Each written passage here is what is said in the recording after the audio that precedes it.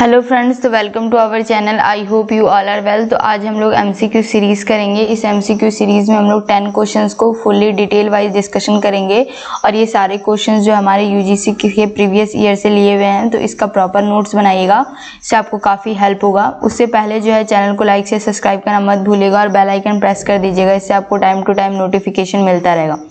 तो सबसे पहला क्वेश्चन है हमारा, इन CDS IS delimiter means field address, field repeatability, field format या सब फील्ड इंडिकेटर। तो CDS IS का मैंने एक डिटेल लेक्चर लिया हुआ है, उसका जो लिंक है मैं डिस्क्रिप्शन बॉक्स में डाल दूंगी। तो डेलीमीटर का मतलब होता है इसमें सब field indicator. Question number second है, when was the final ISBD consolidation edition published by IFLA. तो ISBD कंसोलिडेशन एडिशन जो है इफ्ला के द्वारा 2011 में पब्लिश हुआ था। क्वेश्चन नंबर थर्ड है, RFID system contains. RFID system के अंदर क्या क्या आता है? तो RFID सिस्टम के अंदर एंटीना, ट्रांसीवर एंड ट्रांसपोर्टर आता है। क्वेश्चन नंबर फोर्थ है, the headquarter of IASLIC is located at Delhi, Mumbai, Chennai या कोलकाता। तो आइसलिक का जो है हेडक्वार्टर वो है कोलकाता है। उस आइसलिक पे भी मैंने डिटेल लेक्चर लिया हुआ है, मैंने बहुत सारे ऑर्गेनाइजेशन का डिटेल लेक्चर लिया हुआ है, उन सब का लिंक जो है मैं डिस्क्रिप्शन बॉक्स में डाल दूंगी, उन सब का प्रॉपर नोट्स बनाइएगा। क्वेश्चन नंबर फिफ्थ है, who defined reference service providing right documents information या information to a right person at a right time and in a personal way, DV Ranganathan, Cutter या ब्राउन।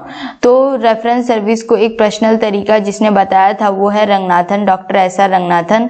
क्वेश्चन नंबर सिक्स्थ है, which one is called non probability sampling, quota sampling, cluster sampling, systematic sampling, stratified sampling.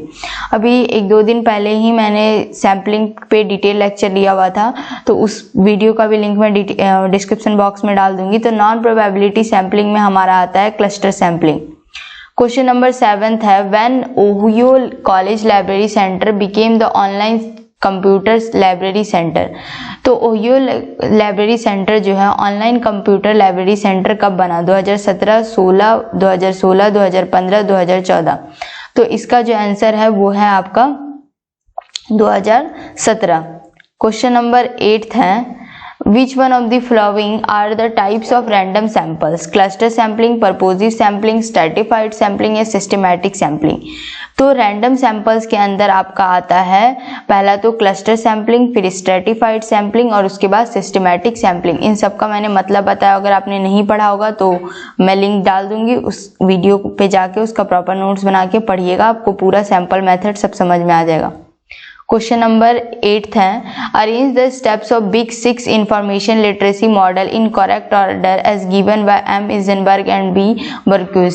Evaluation, location and access, information seeking strategies या synthesis. Big 6 skill information literacy model दिया गया था, उसके आपको steps को सही में अरेंज करना है।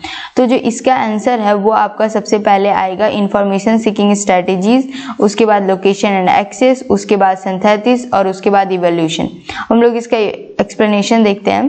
तो देखिए, बिग 6 मॉडल जो है एक टाइप का प्रोसेस है जिसमें आपको इंफॉर्मेशन प्रॉब्लम सॉल्विंग के लिए एक मॉडल बताया गया था इसमें।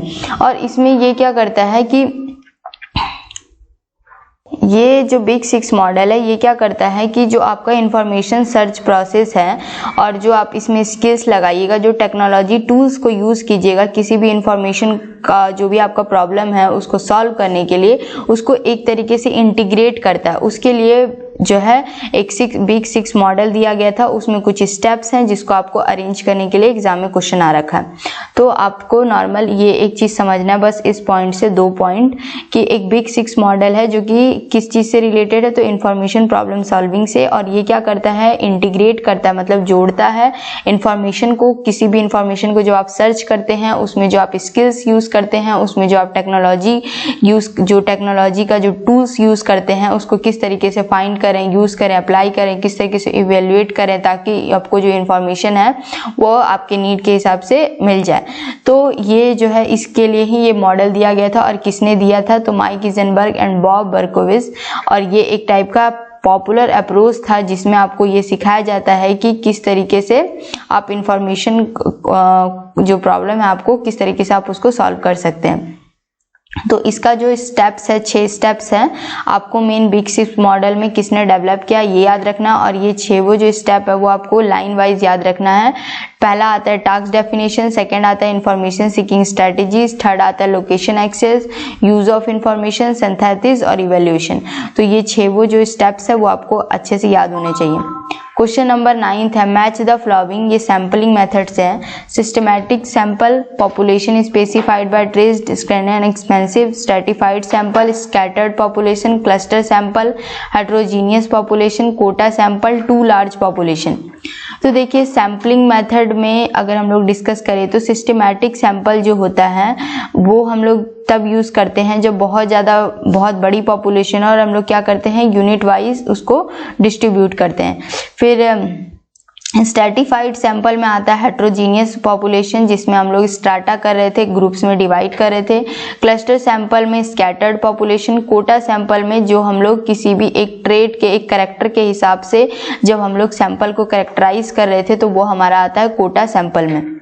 क्वेश्चन नंबर 10 है the registrar of copyrights office in India is located at department of higher education, ministry of education, minister of culture, ministry of commerce and industry, ministry of communication. तो registrar of copyright office जो है India में वो कहाँ located है, तो ministry of commerce and industry.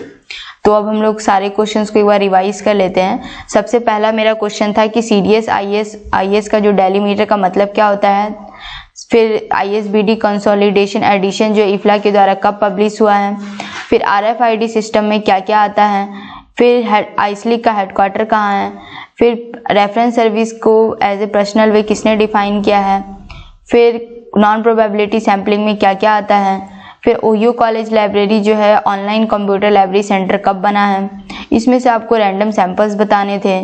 फिर उसके बाद आता है बिग 6 इंफॉर्मेशन लिटरेसी मॉडल के आपको 6 वो स्टेप्स को क्या करना है, अरेंज करने थे। उसके बाद जो है आपका आता है कि सैम्पलिंग मेथड पे मैच द फॉलोइंग था, और रजिस्ट्रार ऑफ कॉपीराइट ऑफिस जो है इंडिया में कहाँ लोकेटेड है, तो ministry of commerce and industry. तो थैंक यू फ्रेंड्स, मिलते हैं नेक्स्ट वीडियो में, तब तक हंसते रहेगा, पढ़ते रहेगा और चैनल को लाइक से सब्सक्राइब करना बिल्कुल मत भूलिएगा। Thank you.